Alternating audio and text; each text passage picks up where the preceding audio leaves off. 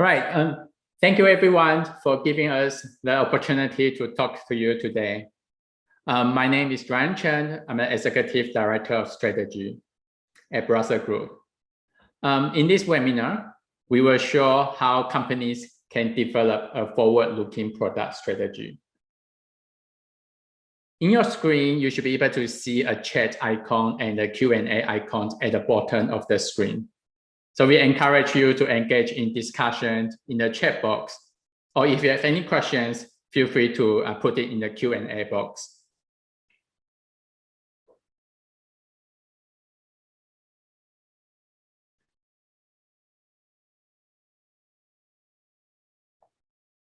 Before I start, I would like to share a very exciting news. Bresslergroup, we have recently merged with Delft. We are both a very strong design innovation consultancy with locations now in Madison, San Francisco, Boston, and Philadelphia. Delft has a very, like Bresslergroup, Delft has a very strong and complementary strategy and insights team. I'm very excited about the future. For the webinar, this webinar is adapted from the paper that we published in the Journal of Brand Strategy. The paper illustrates how a visionary product strategy can support a visionary brand strategy. This paper is a collection of our perspective on developing that visionary product innovations. So you'll see a couple of references that we have presented before, some of the case studies that you may have seen in our blog post, but this is truly a great collection of the insights that we have. For the agenda, we are going to share the steps to build a visionary product strategy. We will present 3 case studies, and then lastly, 3 strategies that can help you and your team to shift the mindset. Lastly, we'll have a Q&A at the end of the webinar. In the Q&A, I will answer any questions that you post in the Q&A section box.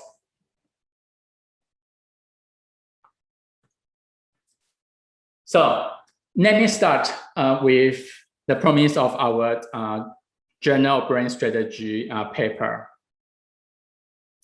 The idea is that product experience is a very essential part of a successful brand experience. However, in our experience, a lot of companies and organizations, they undervalue the product experience while they are building their visionary brand strategy. In a way, a product strategy is lagging behind the brand strategy. My colleague, Caroline, will post all the links to the paper, to the reference that we have, and you can see that in the chat box.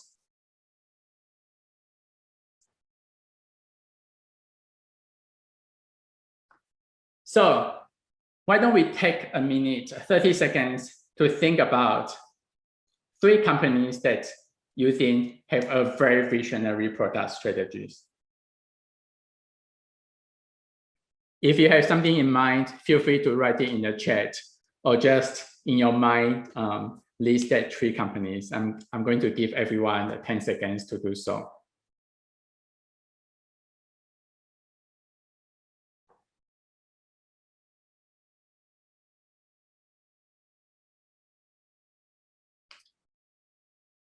I'm not sure what the companies that you have in mind, but for me, I have 3 examples here. And these probably are familiar examples. On the left, we have Apple. I think it's a great execution of a product strategy that focuses on quality, ease of use. And what's strategic about it is that they decided to build an enclosed ecosystem that helps them to really maintain their quality and achieve where they are now. In the middle, we have Microsoft. It is a company with a very strong vision and very great intention. It's a good example of how they move from operation operation system to computer hardware to intelligent cloud solutions. The cloud solutions actually contribute almost a third of their revenue last year. However, of the three, personally, I think Amazon is the most visionary of the three. Perhaps when you compare to Apple or even Microsoft, they don't have the nicest design. The cameras, the speakers, the TV box, they all look disjointed in terms of design. However, their product strategy is really visionary. It really helps them to achieve the vision of kind of occupying the A to Z of our lives. This is why and how they decided to move from an online bookstore to e-commerce, to home security, to healthcare, and of course, Alexa.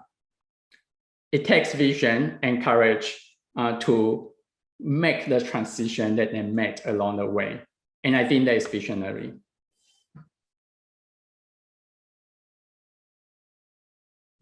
So how did they, and how might we develop a visionary product strategies?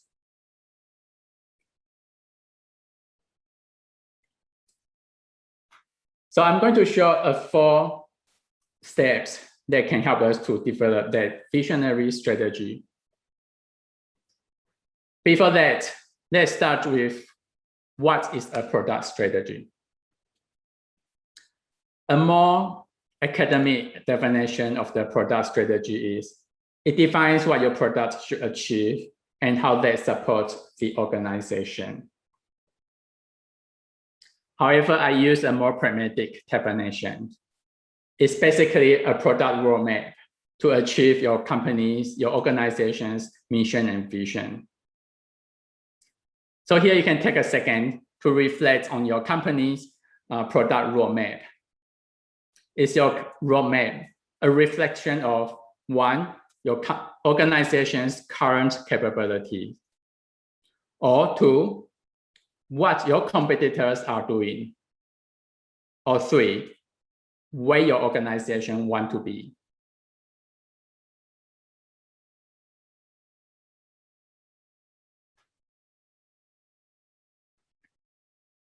So for us, a visionary product strategy has a few characteristics.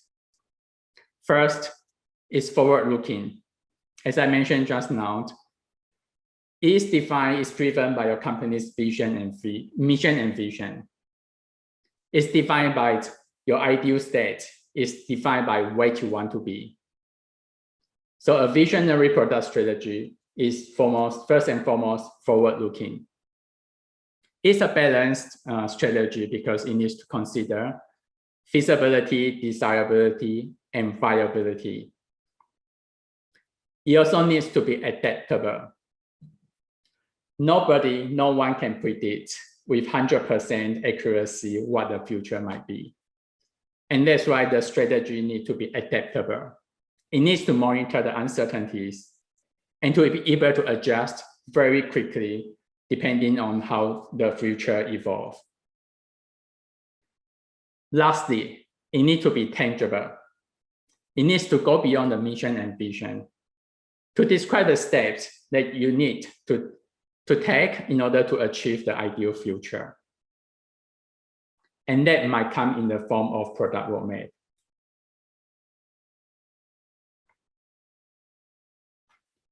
So here we are, the 4 different steps to develop a visionary product strategy. This seemingly easy, simple 4 steps has a lot of thoughts and process behind. So I'm going to go through them one by one in the next few slides.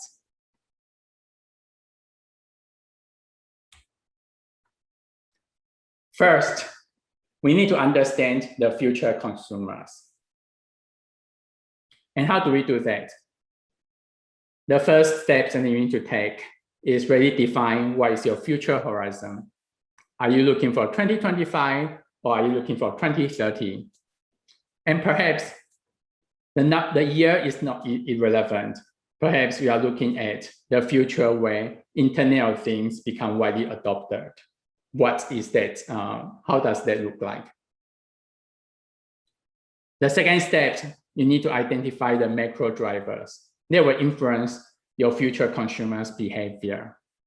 It could be economic, it could be social, it could be demographic shift. We want to identify all the drivers that influence the consumer behavior. And third, we do have a proprietary tool, what we call a megatrend framework, that helps to analyze or even predict how your consumer will evolve in the future. The image in the middle describes the 10 different megatrends, consumer megatrends that we have developed. It's a very effective tool to understand and connect with your future consumers. We can use these 10 different megatrends, for example, ethical living, to understand how the future will shift based on how sustainability and things such as sustainability, social responsibility becoming an increasingly important factors in how consumers eat, how they live, and how they shop. On the right is a very good example of how megatrend or how consumer trends affect a company. In here, we are talking about Victoria's Secret. Now, our perception of the Victoria's Secret has always been the image on the top right. However, in the past few years, they have seen their market share eroded by almost half. And they realized that they are not keeping up with the shift in the consumer trend. In their latest brand strategy, they really embraced the mega trends of empower individual and the consumer remake to tap into icons such as Megan Rapinoe, the US soccer star, to represent their brand.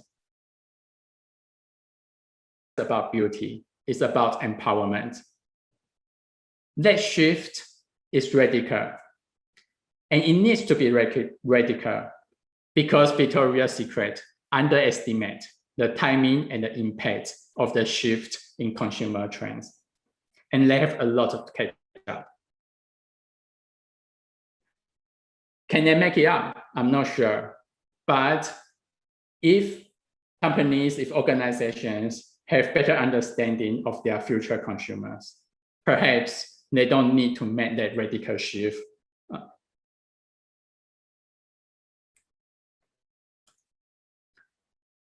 Next, we want to understand the future technologies. We want, in this process, we start off with doing a technology scouting to identify emerging technologies in your industry or adjacent industries. There's a lot of resource help you to identify that. And my personal favorite is the report by Future Today Institute. We want to get these kind of emerging technologies and understand how they may disrupt your industry and identify what might happen in the future. So on the bottom right, it's a good example of how disruptive technologies change an industry.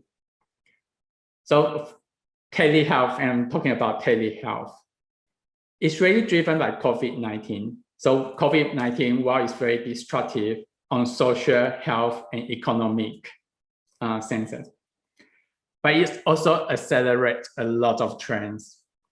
Things such as telehealth, food delivery, or even remote working.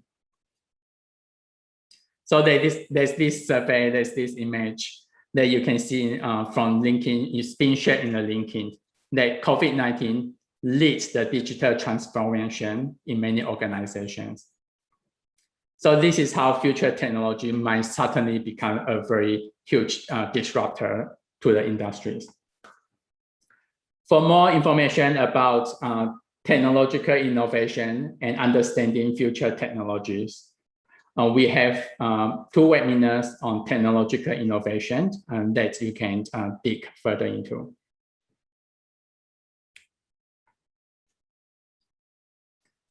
Third, we want to make product planning a company-wide concern.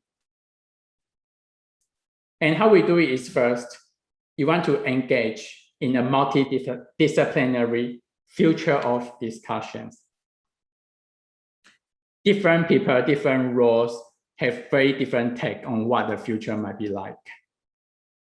In order to be successful, we need to understand the relationship between the different perspectives and identify the missing link and the knowledge gaps. The image on the right describes an ideal roadmap. It's not about technology. It's not about product service, or it's not about user value alone. The real value, the foundation of the strategy, are not the individual components, but the links that connect the different components together, how they all move together, how they support each other. The connections, the links are the foundation of the strategy.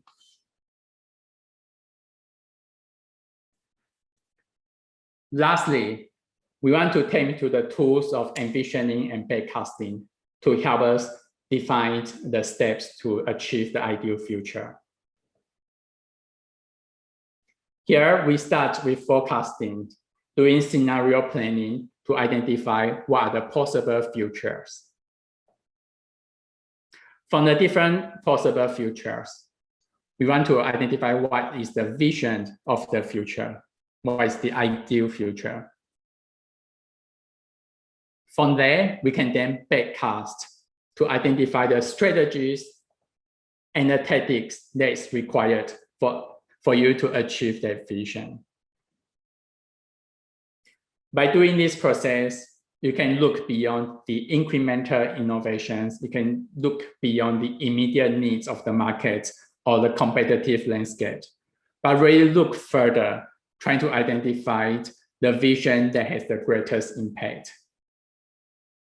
And by doing scenario planning, it helps you capture the different uncertainties and the variables that require you to be adaptable. Again, for more information about envisioning and backcasting, we have a blog post on the scenario planning that you can see from the chat.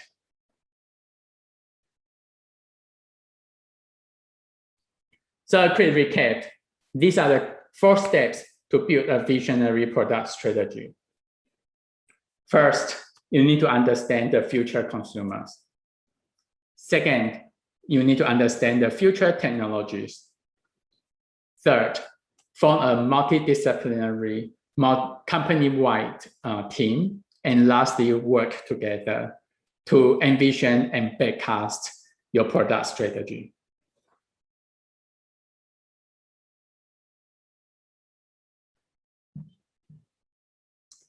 So I'm going to move into a few case studies to illustrate how we use the 4 steps in practice.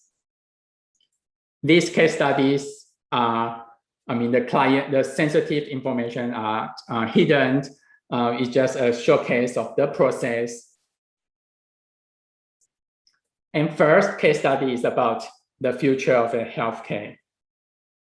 We know that healthcare is rapidly changing. And in this project, we want to develop strategic foresight for the healthcare industry. So what we did first is trying to synthesize all the different consumer and technology trends and identify what are the key trends that really influence the future of the health and wellness industry. And we have identified 5 shifts.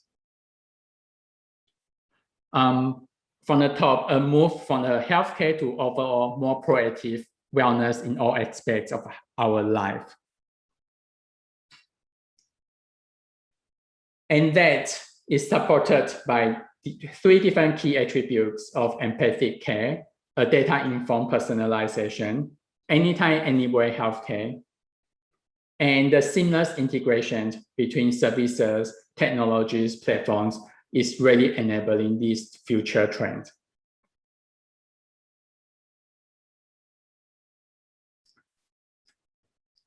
once we have a foresight of how the future might look like, we started our process of doing scenario planning. And here, what we try to do is to create a range of plausible futures. In this example here, we use the 2x2 matrix to identify the possible futures. And the two uncertainties that we use in this case is first, the availability of resource. So on the left, the scenarios are the ones where the future resources are scarce. And on the right, scenario where the resources are abundant. The second metric that we use is the state of the industry in the future. On the top, the traditional players, the big health and pharma companies, they hold ground, they're still dominant players in the market. And on the bottom, we talk about the scenario of democratization of healthcare, where startups, where new entrants shake up the industry. So they help us to create 4 different scenarios: consolidation, transformation, fragmentation, and commoditization. In fragmentation, we are talking about traditional player, new entrants compete with a wide range of the very differentiated products and services. And that is a scenario that we actually try to take to the next stage.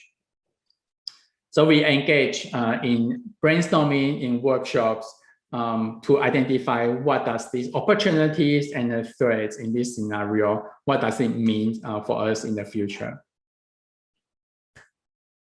One of the ways that we utilize that is first, from the technology scouting, we identify a list of the technology enablers. You can see on the left. And using that, we use what we call a creative matrix to really identify what are the different benefits, concepts, ideas that can help us create a better vision of the future. And that ranges from the personal health and wellness to a social and community health and wellness. We take that to the next step and illustrate what is the vision of the future, where in this scenario, what we have is an anytime, anywhere future, where health and wellness is integrated into your day-to-day life. So for example, the gyms of the future will not be just about your physical fitness, but it's your wellness fitness, it's your health and wellness center. It's the first step to your holistic health and wellness well-being.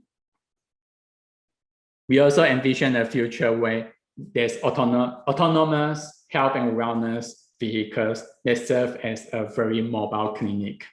It really helps the hospital system to transform from a very centralized system to distributed and to a very flexible and fully mobile network.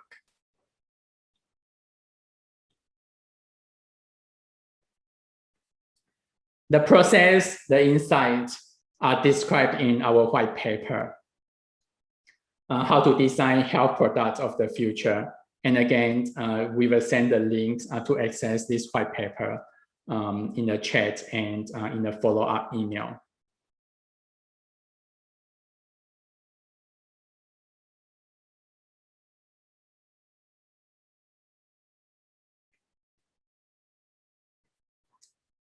So next, we are talking about education. So we work with a client to identify how they need to transform in a way a declining industry. The industry is declining for a couple of years, and that's mostly driven by the shift in the value, in the mindset of the parents bringing up their kids. So what we did first is trying to, again, use our mega trends to identify what are the different emerging expectations. For example, in the experience mode, in the past, we have a very dedicated school hours and experience, but increasingly, people are looking for a more distributed, easy to experience education experience. Or school as an authority, where the new paradigm is that everything is the choice.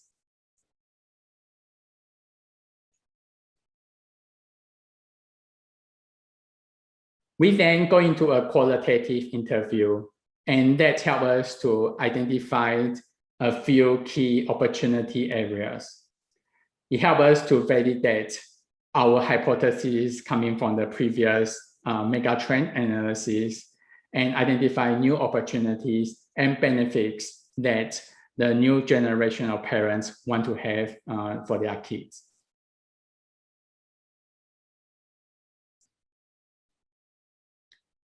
We then did jobs to be done quantitative survey. And that really helped us to identify of all the different, and we created probably 60, 70 different benefits to quantify which of these benefits has most of potential, other unmet needs that we really need to focus. And it also helped us to identify the segments of the parents that the segments of the market that really have the most white space, what we call a white space, for us to develop new innovations.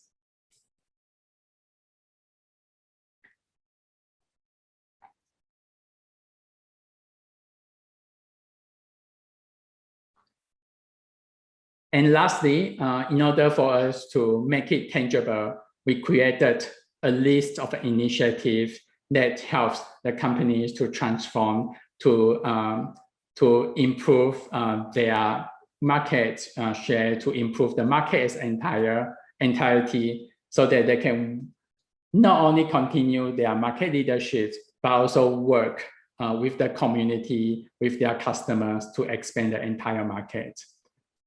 So the whole process starts with trend analysis, qualitative interview, qualitative research, quantitative research, and then we building a strategy that helps them to better position and build a more sustainable competitive advantage for the future.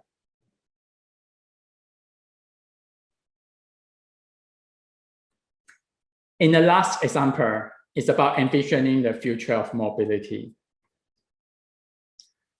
So in this example, we are working with a tier 1 automobile B2B manufacturer.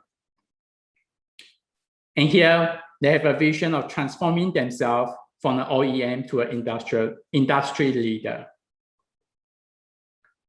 So in order for them to do that, they are looking towards the future for guidance how they can do that.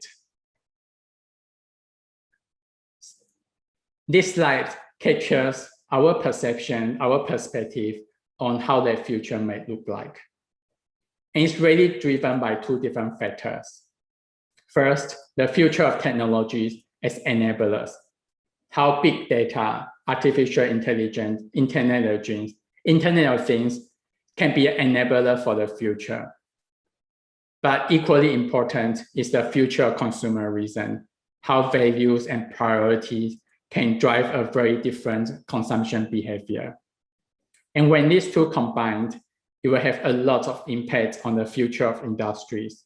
In terms of a smart city, how the infrastructure, how the city itself, or even the building and city services may impact mobility. Retail, instant delivery, governments, work, how the future of work, and also, of course, transportation, how these industries can have an impact on the future of mobility. So the first step, yes, we did our due diligence in a technology sense. So here is an example of how autonomous vehicles will evolve in the next 10 years. From level 1, we are talking about driver assistance, to level 5, there is about full automation. But this is, in a way, nothing special.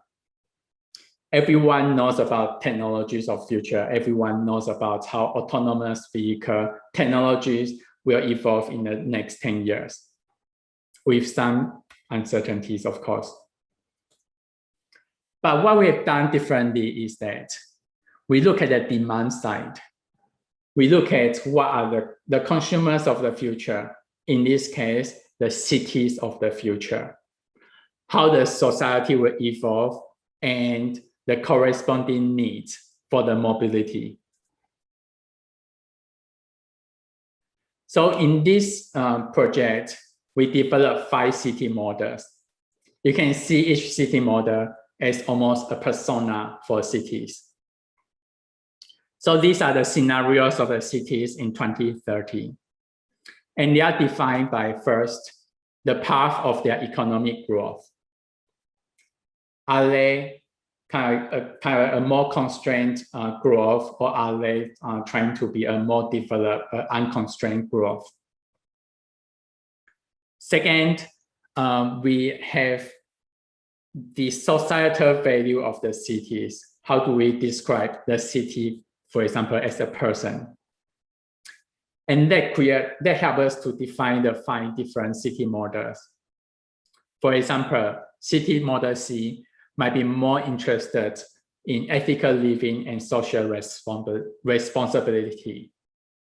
And they have a very different needs for mobility.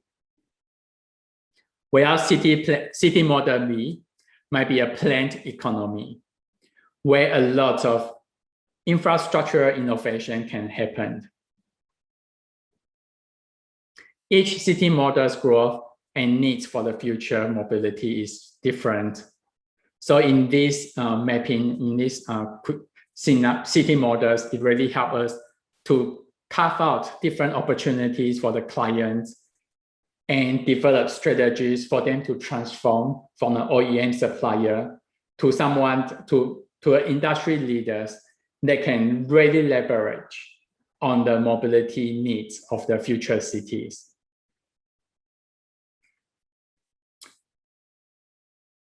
As a deliverable, we created 5 different scenarios, almost like a future opportunity insight sheet, and also approach to tackle all these opportunities. We describe what are the different characteristics of the cities, the opportunities, and the threats.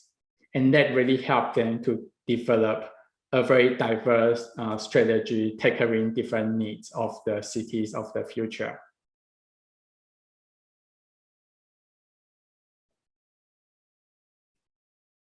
So lastly, I have 3 different strategies to help you and your team to shift your mindset.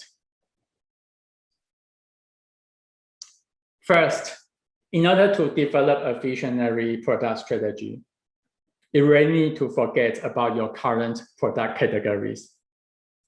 It helps you to broaden your perception of where you want to compete.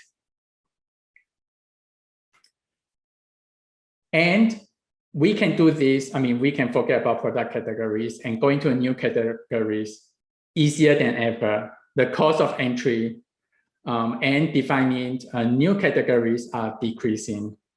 And one of the very easy way for us to do that is to form strategic partnerships that you might not think about in the past. Second, you want to challenge your understanding of the consumer.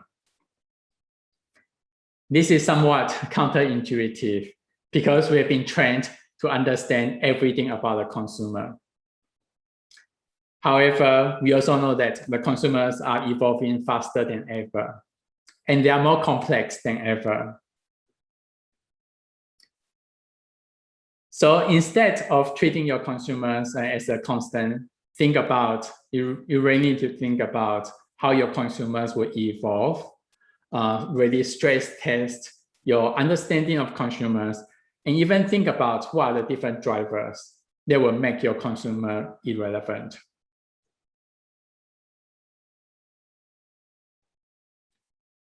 Lastly,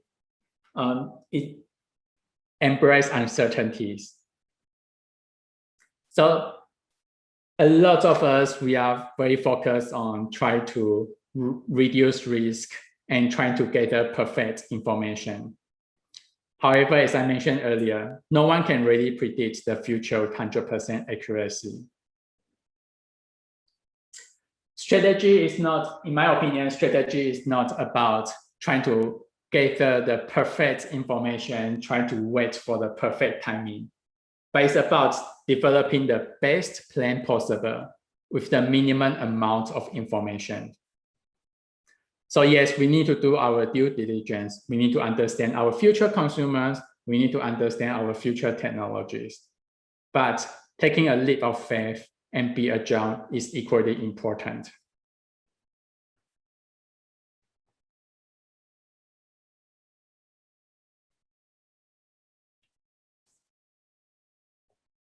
So the last slide.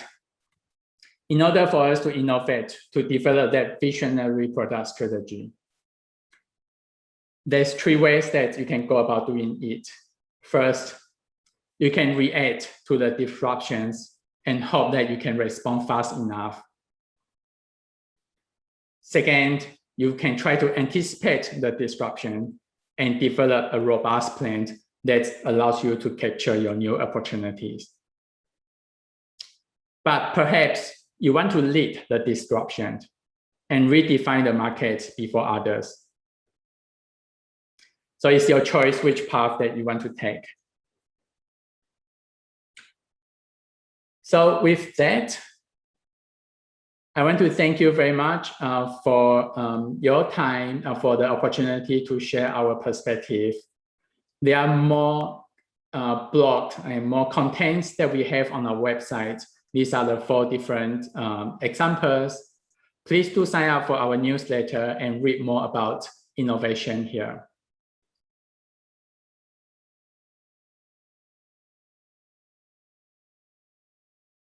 For the last 5 minutes, I would like to open up to anyone with questions. Caroline, my colleague Caroline will moderate the questions. So feel free to key in all your questions you have in the Q&A box.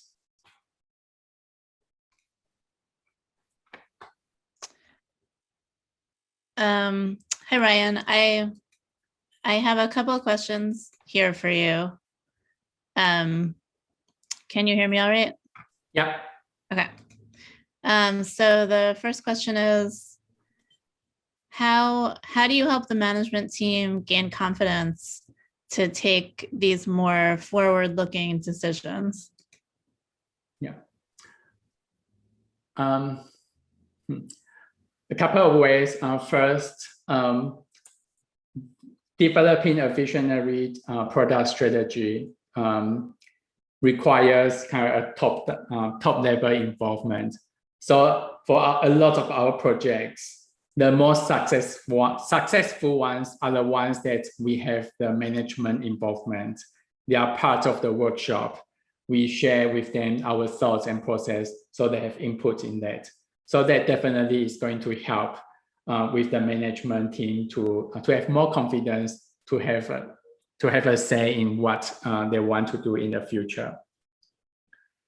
But equally important is that even though the future is filled with uncertainties, we need to do our due diligence. We need to have a rigorous process to try to identify the different possibilities. We need to show that we do our homework, scenario planning, mega trend analysis, or even the forecasting and backcasting process.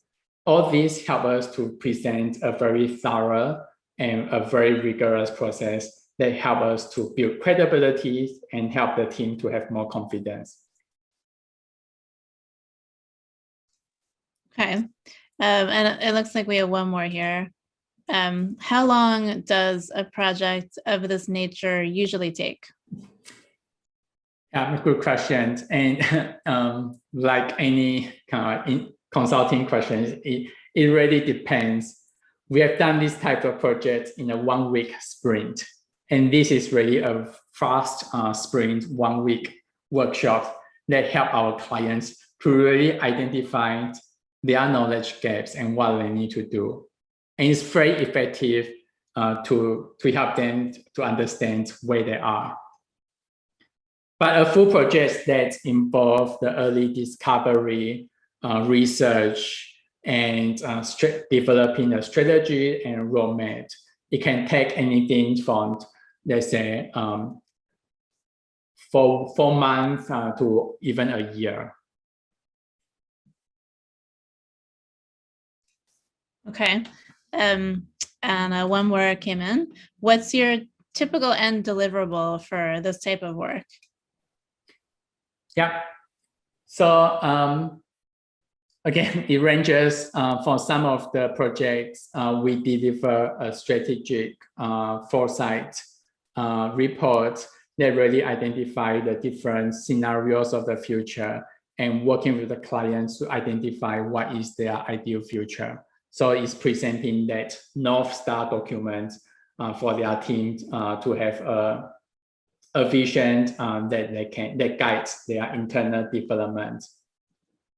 For some other projects, we go all the way to developing, as I said, the actual product roadmap and identify key products in that roadmap, developing the value propositions and product brief, or even the product specification.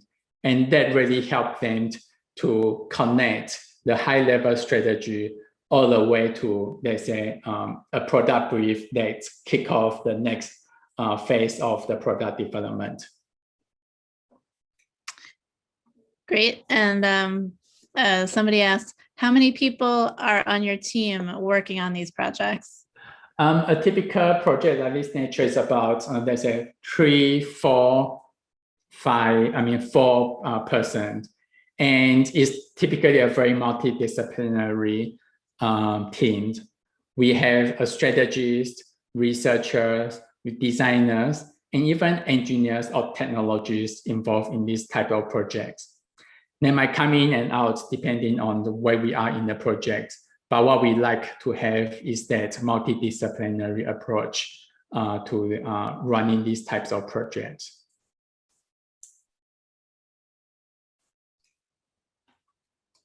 Okay, that looks like all the questions. Cool.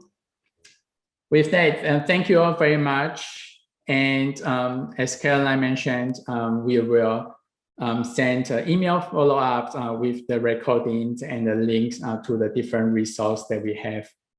Thank you again and have a great day.